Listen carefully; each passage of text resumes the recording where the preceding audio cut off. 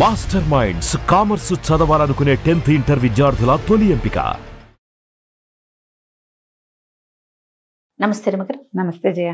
రమగారు, రొటీన్గా కొన్ని పనులు చేస్తూ ఉంటాం మనం కదండి. ఆఫీసులకి వెళ్ళేవారు మార్నింగ్ లేవటం, పిల్లల్ని రెడీ చేసుకోవటం, వాళ్ళు రెడీ అవ్వటం, బాక్సులు పెట్టుకోవటం, ఆఫీస్కి వచ్చేయటం, మళ్ళీ ఇంటికి వెళ్ళటం, మళ్ళీ నైట్కి ఏం వండుకోవాలి, ఏం తినాలి, రేపటి బాక్సులు ఏంటి. లేదు, ఇంట్లో ఉండేవాళ్ళు ఉంటారు, పిల్లల్ని పెద్దవాళ్ళని అందరినీ పంపించేశాక ఖాళీగా ఉంటారు, కాస్త రిలాక్స్డ్గా. ఆ టైం ఒక్కొక్కసారి ఏమనిపిస్తుంది అంటే, ఖాళీగా ఉంటున్నా, నేను ఏదైనా ఒకటి చేస్తే బాగుండు అనే ఒక ఆలోచన వస్తుంది. ఇంకా ఆసమ్మ ఓసమ్మ అనుకుంటే కబుర్లు చెప్పుకోవటము, చుట్టాలకి ఫ్రెండ్స్కి కాస్త ఎంతసేపు మనం మాట్లాడుకుంటాం, ఎన్ని రోజులు మాట్లాడతాం. వాళ్ళకంటే స్వతహాగా ఏదైనా ఒక వర్క్ ఉందనుకోండి, దాని మీద ఉంటారేమో. బహుశా బోర్ కొడుతుంది నిన్న అనే మాట వింటూ ఉంటాం కదా.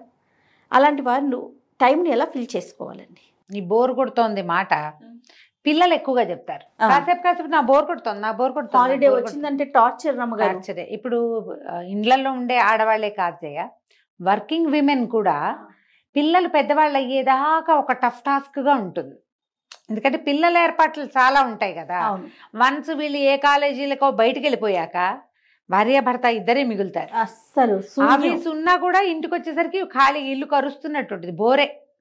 శనాదివారాలు బోరు, పండగ సెలవులు, ఒక్కొక్క రోజు పండగలు వస్తాయి చూడు, సింగిల్ డే సెలవులు, అప్పుడు చాలా బోరుగానే ఉంటుంది. ఇళ్లలో ఉండే వాళ్ళకి ఎలాగూ బోర్ ఉంటుంది. ఇది సహజంగా బోర్డమ్ అని జయించడం ఎలా అనే బేసిక్ క్వశ్చన్. అంతే అంతే మీరు అన్నట్లుగా రమ్మగారు. ఇంట్లో ఉండేవారే కాదు, పిల్లలు హాస్టల్కి వెళ్ళిపోతారు ఒక వయసు వచ్చాక, లేకపోతే పెళ్లిళ్ళ వెళ్ళిపోతారు, విదేశాలకు వెళ్ళిపోతారు, వీళ్ళిద్దరే మిగులుతారు. వీళ్ళు ఉద్యోగస్తులు అయినా కూడా నిజంగా 100% అండి. సాయంత్రం అయ్యేసరికి నేను నా సంగతి నేను చెప్పను నీకు, ఎప్పుడు అది అంటుంటారు, ఆవురమంటుంది ఇల్లు, ఏమి ఉండదు, ఏం చెయ్యాలో తెలీదు. మళ్ళీ మీకు చేతి నిండా పని, ఫోన్ మోగినట్లే ఉంటుంది. పుంజీడు పుస్తకాలు ఉంటాయి, ఏవో ఉంటాయి, ఏవో ఒకటి సంగీతం దీర్ఘం తీస్తూనే ఉంటాను. ఒకటో కూడా పిల్లల లోటు ఉంటుందా అమ్మగారు? అబ్బా చాలా ఉంటుంది జయ. ఎంప్టీనెస్ సిండ్రోమ్ చాలా బాధిస్తుంది, చాలా బాధిస్తుంది. ఒక 10 రోజులు పిల్లాడు ఉండి వెళ్తే వాడు ఒక 3-4 రోజుల పాటు సాయంత్రం అయ్యేసరికి పిచ్చి వెర్రి ఎత్తిపోయి ఏదైనా తినేసి అటు ఇటు తిరిగి అర్థం కాదు, ఇంకా అర్థం కాదు. ఒక్కోసారి ఏడుపు వచ్చేసి ఖాళీగా ఉన్నట్టుండి అలా అయిపోతాం. అన్ని రోజులు ఒకలా ఉండదు. ఎప్పుడు మనకే వ్యాక్యూమ్ విసుగ్గా ఉంటుంది చూడు, పనిలేవో అనుకున్నవి సరిగ్గా అవ్వవు, ఈ ఇల్లు కూడా ఖాళీగా ఉంటుంది. అలాంటప్పుడు ఇబ్బందిగానే ఉంటుంది ఎంత బిజీగా ఉన్నా కూడా. తల్లుల గుండెల్లో వచ్చే వ్యాక్యూమ్ పూరించడం చాలా కష్టం, ముఖ్యంగా పిల్లల లోటు. అంతే కదండి, పిల్లల లోటు చాలా ఇబ్బంది పెడుతుంది. దీనికి ఏంటంటే ముందు అసలు బోర్డమ్ని జయించడం ఎలా అనేది ఒక పెద్ద పాయింట్.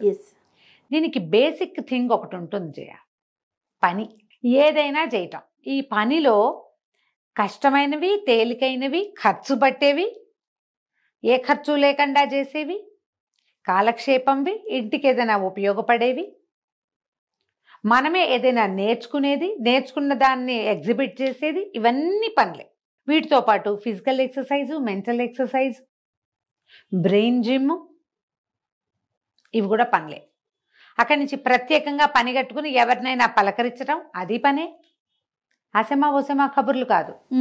ఎవరో దూరపు చుట్టం సేనాదివారాలు వీళ్ళని పలకరించాలి, వీళ్ళు వాళ్ళని పలకరించాలి, అదొక పని. వెళ్ళి అక్కడి నుంచి ఎవరికైనా వెళ్ళి ఏదైనా చదువు చెప్తావు, పని. ఎవరైనా 2 పిల్లల్ని వాకిట్లో కూర్చోబెట్టుకుని వాళ్ళకి చదువు చెప్తావు, అది ఇంకో పని. 4 మొక్కలు పెట్టి వాటి గొప్పులు తవ్వుతావు, అది ఇంకో పని. ఈ గుణం ఉండాలి. ఈ మొత్తం పనిచేసే గుణాలన్నీ మనకి ఉంటే మనకు బోర్ కొట్టదు. ఎప్పుడైనా వచ్చిన వ్యాక్యూమ్ని మనం ఏదో ఒక పనితో ఫిల్ చేస్తాం. నువ్వు కేవలం రొటీన్గా చేసే ఆ 4 వ్యవహారాలే చేస్తా, నేను కుట్టను, రాయను, చదవను, వినను, మాట్లాడను, చెప్పను, చెయ్యను అంటే బోరు ఫీల్ అవుతాను అని రాసుకోవాలి మనం. అంతే కదా. ఇవి ప్రత్యేకంగా వీటిని అలవర్చుకోవాలి. మీరు గమనించండి, ఈ చిన్నపిల్లల నుంచి, అంటే ఒక 2 పిల్లలు ఒక పిల్లాడో ఉన్నాడు, వాడు చిన్నప్పుడంతా వాడి పరుగు, వాడి క్లాసులు, వాడికి అవి ఏమిటో గదరగోళంగా తిరుగుతాం. వీళ్ళు 9th 10thకి వచ్చేసరికల్నే నేను డిటాచ్ అయిపోతూ ఉంటారు. మనతో అంత వ్యవహారాలు ఉండవు, మనం నీళ్ళు పోయక్కర్లా, మనం బట్టలు ఎక్కర్లా, అవన్నీ తగ్గిపోతాయి. కొంచెం తిండి ఏర్పాట్లు ఉంటాయి, వేళకి తిండి, టైమింగ్స్, కొంచెం చదువుకో లేలే, కూర్చో పడుకో ఈ ప్రోగ్రాంలు ఉంటాయి. అది కూడా దాటాక వాక్యూమ్ మొదలైపోతుంది అప్పుడే. ఇలాంటప్పుడు మీరు ఏదైనా నేర్చుకోండి. మీకు ఈ రోజున బోర్ కొడితే ఏం చెయ్యాలో నేను చెప్పలేను. మీకు ఎప్పుడైనా బోర్ కొడితే ఏం చెయ్యొచ్చో మీరు ఎలా నేర్చుకోవాలో మాత్రమే చెప్తున్నా. ఇవాళ బోర్ కొట్టింటే తాత్కాలికంగా ఏం చేయగలుగుతాం జయ? ఎవరికైనా ఫోన్ చేసి కాసేపు మాట్లాడతాం, కాసేపు అట్లా రోడ్డు మీదకి వెళ్ళి ఏదైనా విండో షాపింగ్ చేసి రావచ్చు, ఏదైనా కొనుక్కోవచ్చు, తాపీగా నడుచుకుంటూ వెళ్ళండి. ఎక్కువగా కార్లు గిర్లు పట్టుకెళ్ళదు, ఏదో కొంచెం క్యాష్ పట్టుకెళ్ళి కాసేపు కాలక్షేపం నడిచి తిరిగి ఏమైనా చేస్తే కొంచెం వాక్యూమ్ ఫిల్ అవుతుంది. ఇది చెప్పగలుగుతాం. వారం వారం నీకు బోర్ కొడితే, రోజు బోర్ కొడితే రోజు బజార్ వెళ్ళమని ఎవరు చెప్తారు? అసలు చేయలేం కదా. ఏదైనా వింటము, ఏదైనా నేర్చుకోవటం, ఇవన్నీ బోల్డ్ ఉన్నాయి కదా కార్యక్రమాలు.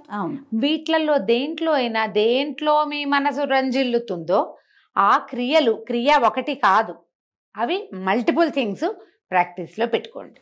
ఓకే. ఏదో ఒకటి నేర్చుకుంటా అంటే ఒకటి మీకు కాలక్షేపాన్ని ఇవ్వదు, ఒకటి కొన్నాళ్ళకి రొటీన్లోకి వెళ్ళిపోతుంది. మీకు మొక్కలు పని ఉందనుకో, అది రొటీను. మీ వంట చేసుకోవటం, మీ పూజ చేసుకోవటం లాగా మొక్కలు రొటీన్. ఈ రొటీన్కి భిన్నంగా ఇంకొకటి ఉండాలి మీకు.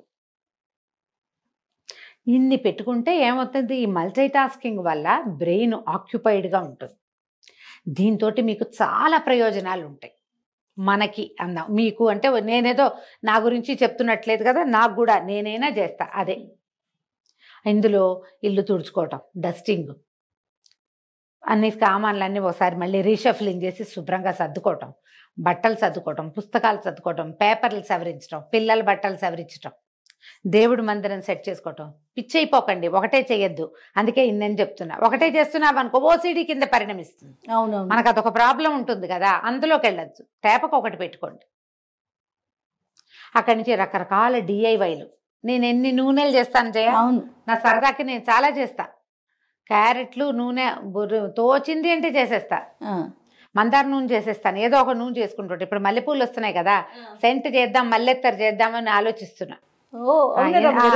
నిన్న మొన్న మా పెరట్లో చిట్టి పువ్వులు 1-2 పూస్తున్నాయి. ఇవాళ మా కింద జ్ఞానశ్రీ ఇన్ని పువ్వులు పట్టుకొచ్చింది. పువ్వులు కట్టి దేవుడి దగ్గర పెట్టాక వంట చేస్తున్న చేతులు అదే వాసన వస్తున్నాయి జయ. మల్లెపూల వాసన వదల్లా అసలు.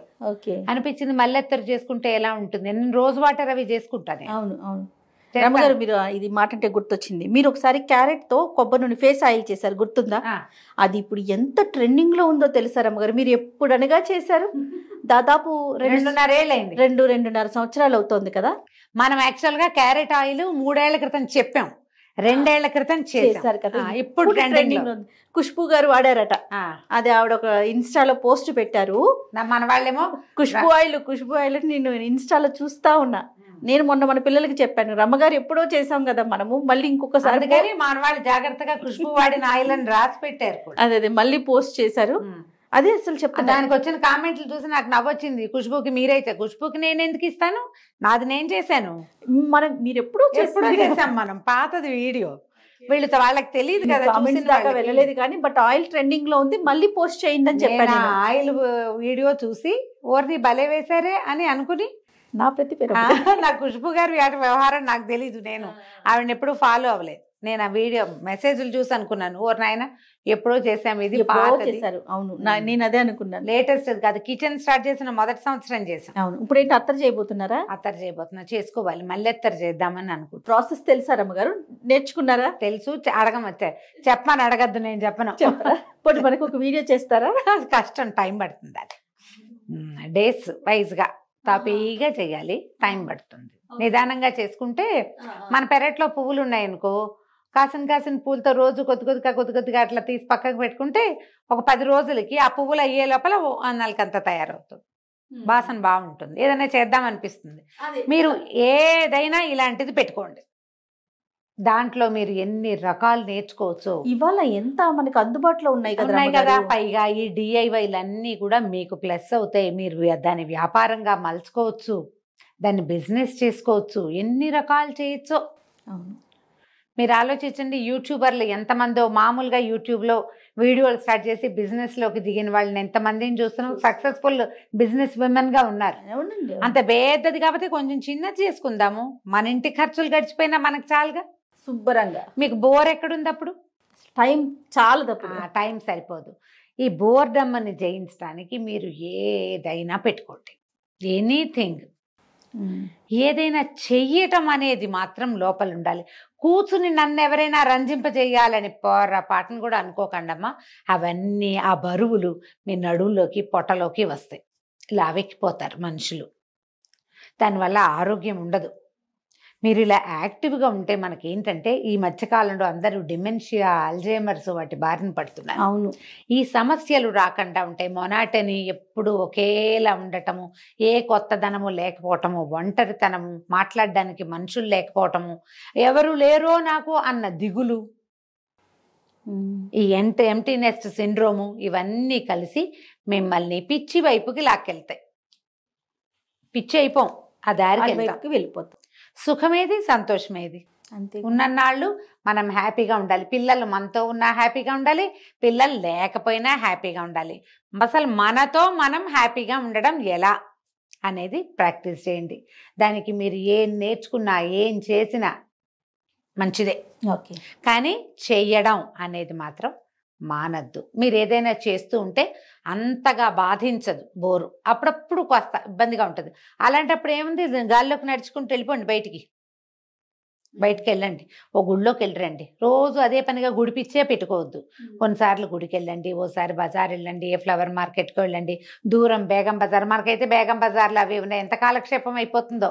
ఇది వరకు అయితే నేను మాల్స్కి వెళ్ళేదాన్ని జయ, ఇప్పుడు మా బయటకు వెళ్ళే పరిస్థితి పోయింది. కానీ నేను దాన్ని కోల్పోయా. ఎక్కడికైనా వెళ్తే అసలు నన్ను గుళ్ళోకి వెళ్తే దేవుణ్ణి కూడా సరాసరి చూడనివ్వటంలా, అదో పెద్ద సమస్యగా ఉంటుంది.